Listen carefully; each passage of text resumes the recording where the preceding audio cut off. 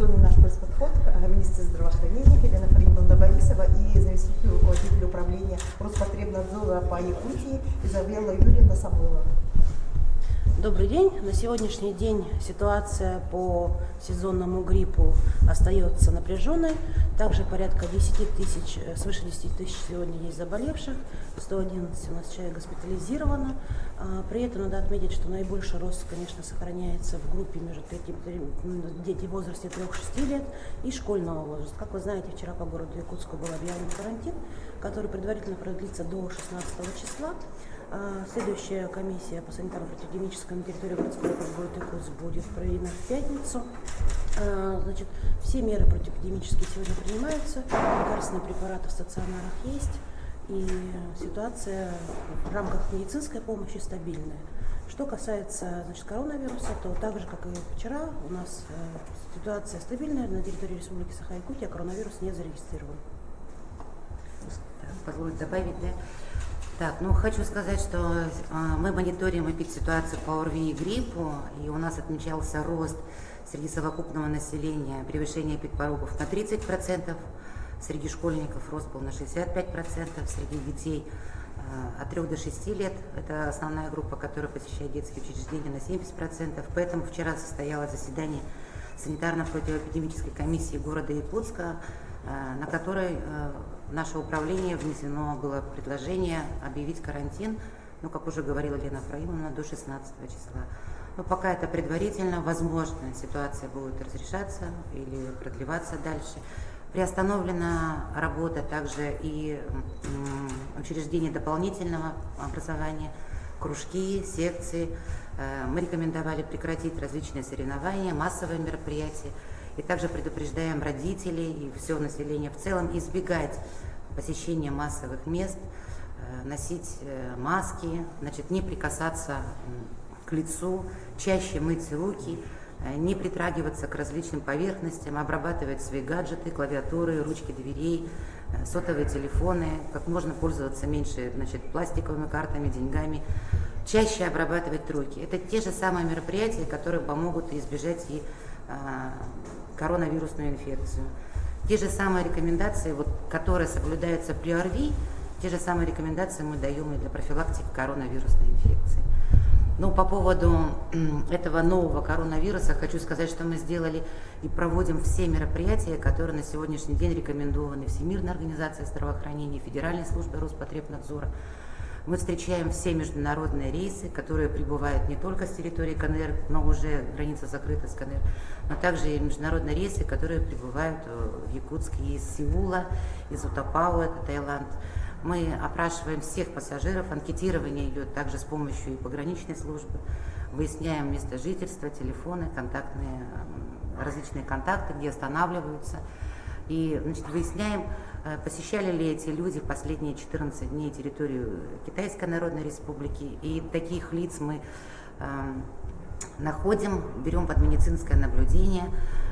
Таких лиц у нас сейчас есть, они наблюдаются, они освобождаются от работы, изолируются на дому, и часть, конечно, с признаками ОРВИ должны быть госпитализированы наши инфекционные боксы. И эту работу, готовность медицинских учреждений, она была проверена, совместно и с Министерством здравоохранения. У нас все лечебные учреждения готовы к этому, все настороже, у всех проводится анкетирование, посещали ли Китайскую Народную Республику, сколько времени прошло, с кем вы общались. По анамнезу мы все готовы, все настороже. И по готовности медицинской службы, Лена Фрейдовна, может быть, добавите еще, да? Поскольку у нас с вами уже информация происходит в ежедневном режиме, единственное, что могу сегодня добавить, что не исключается, что в скором будущем мы будем разворачивать в том числе и обсерватор, который начнет заниматься тем, что просто наблюдать уже за здоровыми пациентами, которые, возможно, приехали из КНР различными путями, не только по и железнодорожных вокзалах, у нас есть и наземный путь. Пока сегодня такой надобности нет, но готовность у нас сегодня высокая, в том числе и по наблюдению за здоровыми людьми. По части масок можете что-нибудь сказать? Как дела обстоят? Повторюсь, в отношении масок, значит, у нас основная функция Министерства здравоохранения – это обеспечение значит, защитными масками и значит, одеждой медицинских организаций, которые должны обеспечить медицинских работников и пациентов, находящихся в том числе на стационарном лечении. Их порядка 1 миллиона штук, которые я вчера тоже освещала. Помимо этого мы отрабатываем с розничной сетью. Основной функцион значит, контроля – это Росздравнадзор. Мы тесно с ними работаем в этом направлении, вплоть до того, что у нас сегодня принято решение отзывать лицензии тех аптек, которые имеют, скажем так, возможность повышать цену на маски. То есть до такого категоричного меры, значит, мы сегодня настроены на такой категоричный лад и, значит, усиленно призываем их закупать в большем объеме, значит, маски для населения. И на сегодняшний день, да, вот вы говорите, что будут отзываться лицензии аптек, и есть ли такие выявленные случаи повышения? Есть, уже есть. Еще раз акцентирую внимание, занимается этим Росздравнадзор. У нас действительно зафиксированы факты повышения цен в ряде аптек. Если выдается расписание, предписание, если они не исполняют его, то, соответственно, мы готовы на то, чтобы отзывать лицензии у этих частных предпринимателей. Елена Ефраимовна, вы сказали, что будет создан, то есть рассматривается возможность создания обсерватора. Можно рассказать об этом поподробнее? То есть уже создан ли или планируется? Нет, у нас есть разработанный план совместно с Роспотребнадзором вообще по действиям, которые связаны с особо опасной инфекцией. У нас зарезервирован объект, который всегда работает в этом отношении. Создан резервный запас материальных ценностей, лекарственных препаратов. Мы говорим сегодня о готовности его развертывания.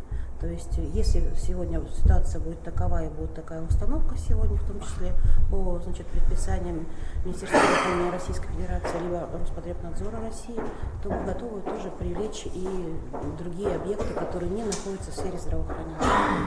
А будут ли привлекаться, значит, медработники отдельно? Будет ли создана группа? Значит, у нас создаются резервные команды. Мало того, что мы создаем сегодня реанимационно-ресурсный центр, где могут быть проведены в круглосуточном режиме консультации со всех районов нашей республики по ведению таких пациентов. Нам это достаточно легко удалось, поскольку у нас уже организован телемедицинский консультативный центр на базе Республиканской больницы номер 2. Мы просто обучили специалистов, как пользоваться, значит, оборудованием и схемами лечения именно при коронавирусе. И, значит, сегодня нами созданы дополнительные бригады специалистов, то есть есть полный реестр врачей-инфекционистов по всей республике, которые могут быть прикомандированы в это отделение. Что касается обсерватора, то еще раз акцентирую ваше внимание, что там люди здоровые, не пациенты, но то, что там динамическое наблюдение, в основном заключается в двухкратном измерении температуры. То есть бригады медицинских работников в том числе там предусматриваются. Можно узнать, вот Роспотребнадзор, да, очень серьезный вопрос задали по поводу овощей и фруктов из Китая. Вот здесь вопрос возник, можно этот вирус передаваться? Ну, основной путь передачи, как вы понимаете, все воздушно-капельные. Большинство заболевших, конечно, это все происходит заражение при чихании, кашле, разговоре. Но уже сейчас есть научные исследования, которые показывают, что вирус может передаваться и контактным путем, и фекально-оральным путем. Потому что вирусы были обнаружены на ручках дверей, на поверхности. Когда обследовали этот рынок в Ухане, то были обнаружены с поверхности эти вирусы. Кроме того, они обнаруживались, это уже официальные статьи, это ученые докладывают, были обнаружены в фекалиях больных. То есть он проходит через желудочно-кишечный тракт. То есть вполне вероятно, что он передается и воздушно-капельным путем, и контактным, и фекально-оральным. Кроме того, китайские врачи сами сообщали о том, что возможно заражение через слизистые оболочки глаз. Поэтому мы говорим, мойте руки чаще, обрабатывайте поверхности, проветривайте воздух, не прикасайтесь к лицу. Это общие правила гигиены, которые помогут предотвратить заражение коронавирусом. Ну, если вы спрашиваете насчет вот овощей и фруктов, потому что все может быть, но коронавирус пока еще мало изучен и мало известен. Они очень похожи с вирусом гриппа, но все-таки это разные, по генотипу это разные возбудители. Вирус гриппа, он очень изменчив и меняется вот буквально с каждым сезоном. Коронавирусы, у них инкубационный период другой. При гриппе, например, заболевание 2-3 дня, уже понятно, что происходит. Коронавирус длиннее будет. На сегодняшний день разработаны тест-системы, диагностикумы для того, чтобы быстро выявить этот коронавирус.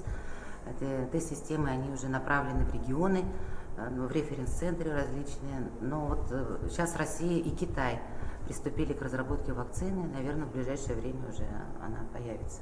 Пока сейчас вот на такой вот стадии, что есть различные сведения, официальные источники, статьи, публикации, вот оттуда все берется. А как вы считаете, через охотничью дичь она будет передаваться? Ну, это больше похоже на птичий грипп, да, наверное. Ну, вирус гриппа мутирует очень быстро, он передается, как бы, мы знаем, что от свиней и от птиц. Насчет коронавируса изначально теория предположительная о том, что все-таки это от животных. Коронавирус вообще циркулирует среди животных. И то, что вот сейчас осуществляется передача от человека к человеку, это вот изучается. Можно уточнить, вот на сегодняшний день у скольки людей, да, как бы горожан, жителей республики, именно вот подозрение на коронавирус, и у скольки уже оно не подтвердилось именно на сегодняшний день? Ну, я вот забыла сказать, что помимо международных рейсов мы встречаем и внутренние рейсы, это с городов приграничных вот с Китаем, например, Благовещенск, Владивосток, Хабаровск, Магадан, Еврейская область и так далее. И кроме того, нам сообщают еще из других городов нашей России, налажена координация о том, что если гражданин прибыл с территории Китая и летит, допустим, через Санкт-Петербург, Москву или Новосибирск, то нам об этом сообщают. И таких людей на сегодняшний день у нас под надзором находится 80 человек. У 12 были выявлены признаки ОРВИ, и уже получено лабораторное исследование, что коронавируса там нет. Это обыкновенные наши возбудители, которые постоянно циркулируют. И вот по поводу лабораторной диагностики, вообще гриппа и ОРВИ, хочу сказать, что на сегодняшний день проводится лабораторный мониторинг за гриппом. У нас циркулирует 20% это грипп H1N1, 42% это парагрипп, и вот остальные такие банальные ОРВИ, которые вот большими долями есть. Поэтому 20% гриппа. А какие горячие линии есть, если она бедная? Ну, как это сказать? Горячая линия Роспотребнадзора. И дело в том, что родители же все путают. И ОРВИ под коронавирус под ОРВИ. Вот как им лучше, куда обращаться? Горячая линия есть, а у ОБС? Горячая линия у нас есть, она опубликована на сайте, и у нас номер 8 800 100, вот и боюсь, 21 24. 8 800 100 21 24. Ну, То же самое касается Министерства здравоохранения. У нас есть горячая линия, которая совместно с территориальным фондом и страховыми представителями. Что касается путания родителей, куда им идти, да? Еще раз акцентируем, что поскольку есть сезонный подъем ОРВИ и грипп, естественно, и у детей он наблюдается, и родители, конечно, начинают переживать.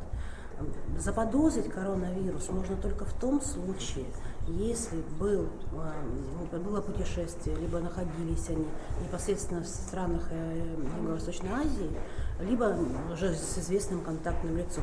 Как мы знаем, в России это сегодня 2 человека всего. И самое главное, что вирус, он инкубационный период имеет 14 дней. Вот если в течение этих 2 недель вы никуда не выезжали, ни с кем не контактировали, можете смело думать о том, что у вас просто какой-то вид известного уже нам вируса гриппа. Если же, конечно, ребенок приехал там из Китая, из Кореи, то лучше вызвать на дом врача.